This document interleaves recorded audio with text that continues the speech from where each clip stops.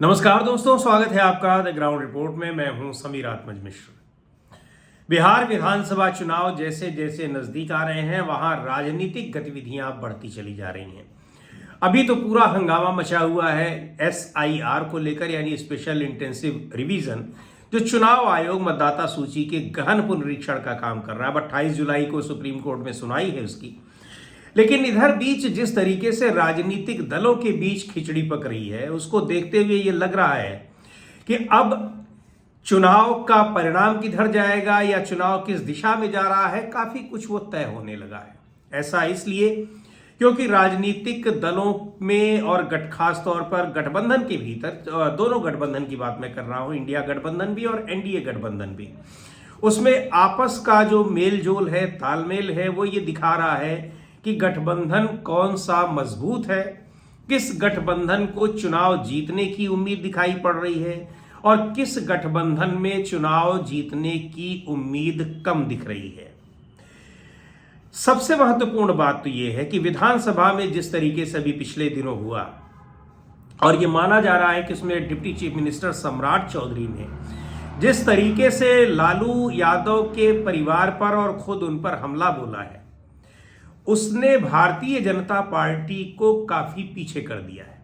एक बैकफुट पर पार्टी दिखाई पड़ रही है, क्योंकि उससे एक तो सम्राट चौधरी बहुत करीबी रहे हैं उनके पिता लालू यादव के, और वो जिस तरह से तेजस्वी यादव के लिए वो बात कर रहे थे, और कुल मिलाकर ये पूरा का पूरा मामला जिस तरह से एक गाली गलौज जैसी स्थिति में पहुंच गया, उससे पार्टी बैकफुट पर दिखाई पड़ रही है। अब सम्राट चौधरी को पार्टी निकाल तो सकती नहीं है, लेकिन सम्राट चौधरी ने भारतीय जनता पार्टी को काफी डेंट पहुंचाया है इस पूरे एपिसोड से।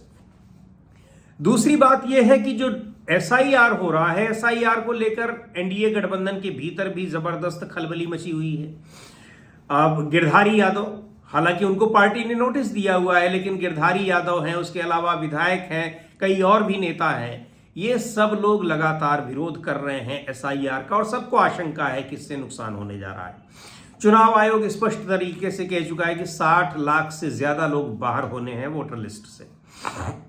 अब इस वोटर लिस्ट से जो बाहर होंगे वो किस पार्टी के होंगे, किसके नहीं होंगे, लेकिन भारतीय जनता पार्टी को छोड़कर बाकी सब में खलबली है।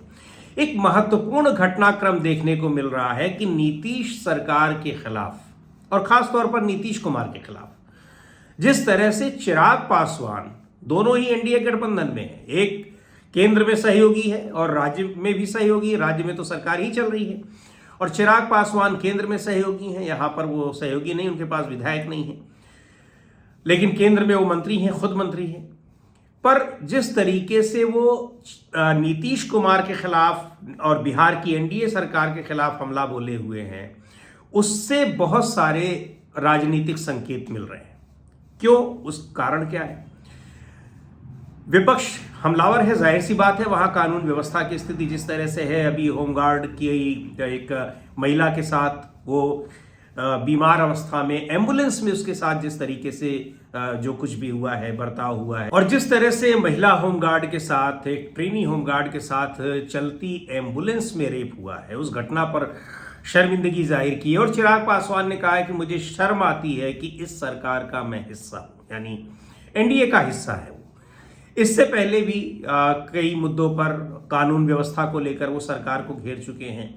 इससे पहले छात्रों के मुद्दे पर भी वो सरकार के खिलाफ नजर आए हैं। बहुत सारे ऐसे मुद्दे हुए हैं जिन पर वो बिहार में विपक्ष की भाषा बोलते हुए दिखाई पड़े। हालांकि एक बात यहां और महत्वपूर्ण है, वक्फ संशोधन कानून को लेकर सबसे पहले उन्होंने ही मुखालफत की आवाज उठाई थी, विरोध किया था उन्होंने, लेकिन उसके बाद वो भी सरेंडर हो गए और उन्होंने बिल का समर्थन किया। उसका क्या राजनीतिक नफा नुकसान होगा बिना उसको सोचे समझे, लेकिन राज्य सरकार के खिलाफ वो लगातार हमलावर दिखाई पड़ रहे हैं। कारण इसके पीछे क्या है? कारण कई बताए जा रहे हैं। एक तो ये भी है कि भारतीय जनता पार्टी जिस तरह से बिहार में अकेले दम पर एक स्पष्ट बहुमत के करीब अपने को लाने की कोशिश में है, हालांकि ये तो डिपेंड करेगा कि वो कितनी सीटों पर लड़ती है। अभी की स्थिति में नीतीश कुमार जनता दल यूनाइटेड आधी आधी सीटों पर लड़ने की बात कर रहे हैं, और अपनी सीटों में से ही वो दूसरे सहयोगी दलों को सीटें देने की बात हो रही है।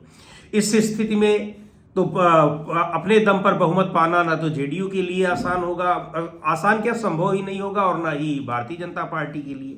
लेकिन उसके करीब जाना तो संभव हो सकता है, जैसे महाराष्ट्र में गए।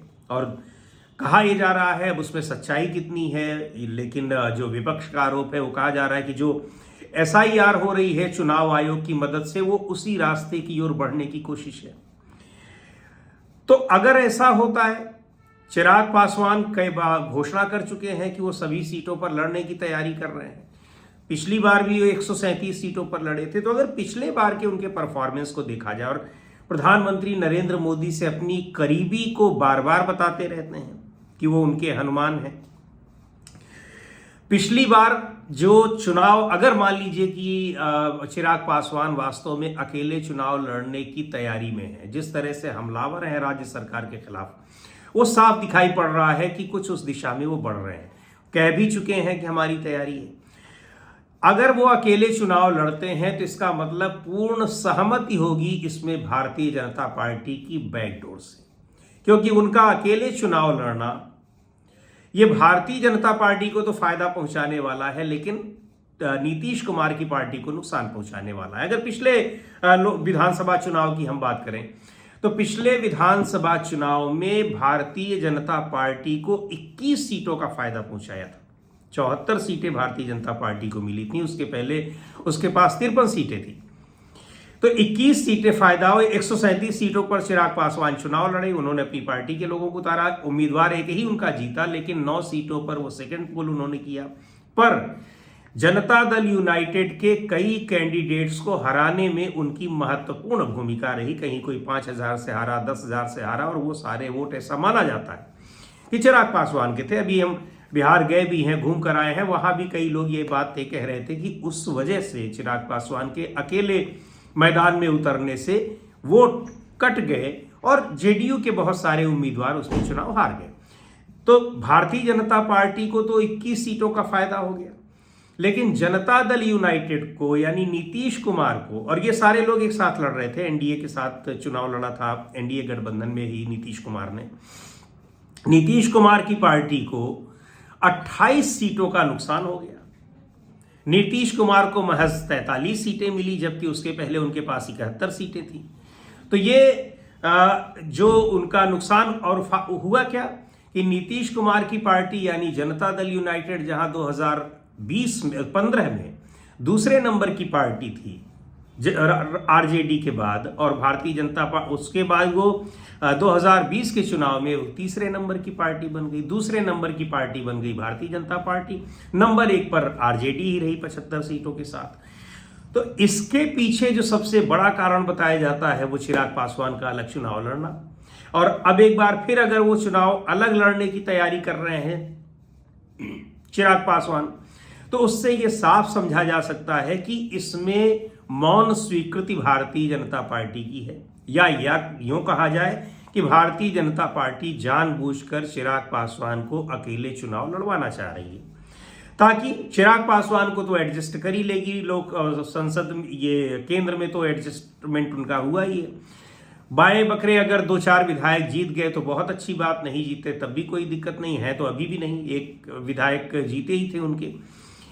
ऐसी स्थिति में भारतीय जनता पार्टी पूर्ण बहुमत भले न पाए, लेकिन जनता दल यूनाइटेड को पूरी तरह से खत्म करने की जो उसकी कोशिशें हैं, जो कहा जा रहा है, वो कामयाब होती जरूर दिखाई पड़ रही हैं।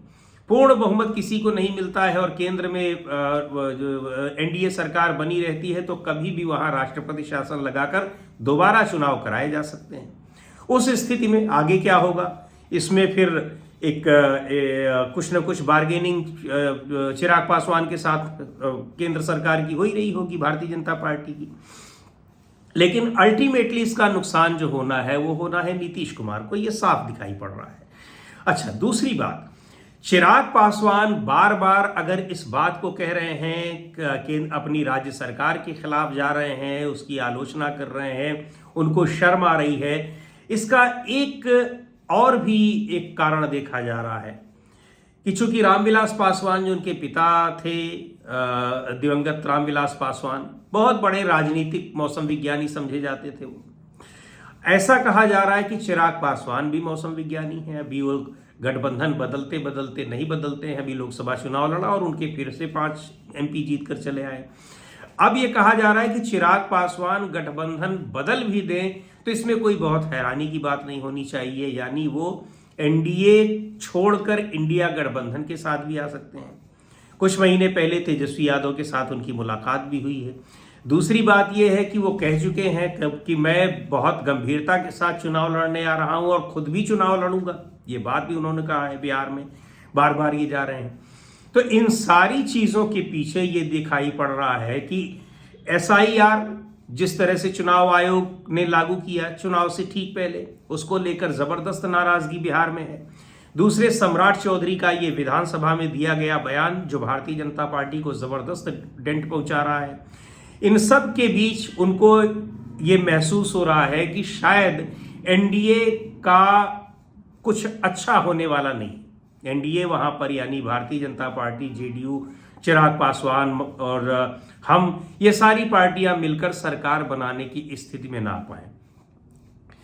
और जीत किसकी होती है?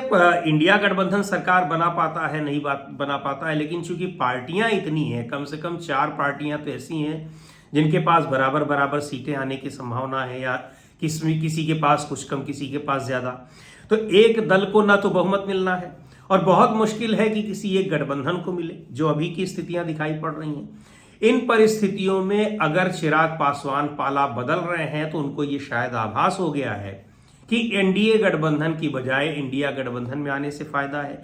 या एक और संभावना देख रहे हैं वो, जो खबरें आ रही हैं और दिखाई पड़ रहा है कि जन सुराज पार्टी जो प्रशांत किशोर की पार्टी है उसके साथ वो कोई एक अलग गठबंधन करना चाह रहे हैं। जो कुछ भी होता है, लेकिन इतना तो तय है कि चिराग पासवान अगर बिहार में NDA सरकार की, नीतीश सरकार की आलोचना कर रहे हैं, उस सरकार का हिस्सा होने के नाते उनको शर्म महसूस हो रही है, तो इसके पीछे जनता दल यूनाइटेड को खत्म करने की या कमजोर करने की ही कोशिशें हो रही हैं। और उन कोशिशों में भारतीय जनता पार्टी चिराग पासवान के साथ बैकडोर से लगी हुई है। तो ये सारी राजनीतिक खिचड़ी पक रही है बिहार में। आने वाले दिनों में होता क्या है, इन सब पर रहेगी हमारी नजर, आपको अपडेट करते रहेंगे। लेकिन बहुत कुछ हो रहा है बिहार में। आज के इस वीडियो में इतना ही। अगले वीडियो में फिर मिलेंगे एक नए विषय के साथ, एक नए मुद्दे के साथ। द ग्राउंड रिपोर्ट के YouTube चैनल को आपने अब तक सब्सक्राइब न किया हो तो जरूर कर लें। हमारे वीडियोस को लाइक करें, शेयर करें और अपने सुझाव भी हमें जरूर भेजें।